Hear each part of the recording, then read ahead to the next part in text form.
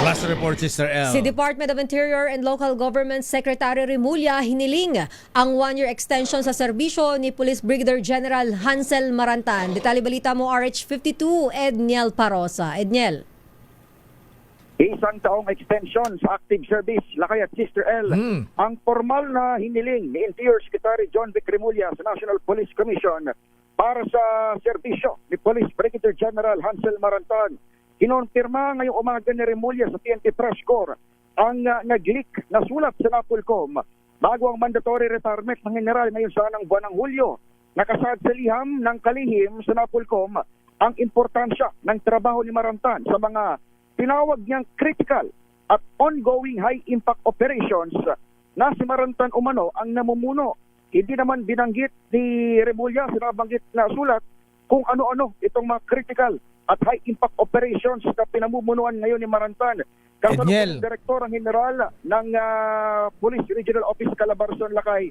Edniel. Na rin nanguna. Yes, Lakay. Kung ayaw banggitin ni Secretary John Vic, ako na magbabanggit. Bakit ikaw? Alam ko eh. Kabsat, Kawagis. Ayan. Banggitin mo na, Lakay. Oplan Kibuloy. Ayan. Okay, proceed, Edniel. Tama ka lang, minsan na nga siyang tumulong doon sa pag-aresto kay Pastor Apollo Kibuloy noong siya ay hepe ng Davao City Police. At ngayon siya ay tumatayong director, official ng Police Regional Office Calabarzon. Pero maliban dito sa ating mga detalye, ay wala nang idinagdag pa ang kalihim ng DILG.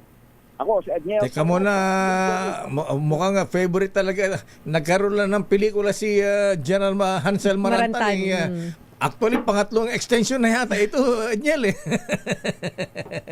O pangalawa extension na ito, ha? Ayan, iba ka talaga pagka performer ka, silent performer ito eh, ha? Tahimik lang pero parang utot lang yan, malakas ang dating.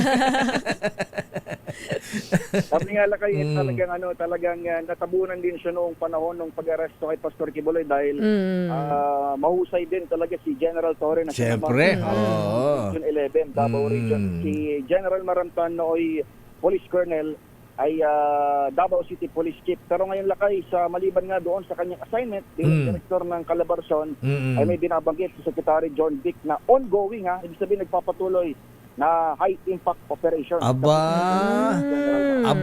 Maganda itong rekomendasyon ni Secretary John Vic, pa-birthday. Ayan, magbe-birthday sa July 10 si General Hansel Marantan. Naragsang nga pa nakasangay kapsat. Ayan, Apo General Hansel Marantan. Tama ka dyan, Lakay, dahil nga sa July 10 ay takdan, actually mandatory retirement ito sa batas ng PNP personnel, ay sumulat na itong kalihim sa NAPOLCOM na siya rin namang chairman nito, pero lalabas Lakay dahil ito sa request ni Secretary Remulla doon sa commissioners ng NAPOLCOM parang lalabas formality na lamang. So antay na lang natin kung magiging official approval ng Presidente Bongbong Marcos dito sa gagawing aksyon o NAPOLCOM dito, dahil remember, ang NAPOLCOM ay pinamumunuan din mismo ng kalihim ng DILG. Ayan, okay nga ron. Ayan, good luck,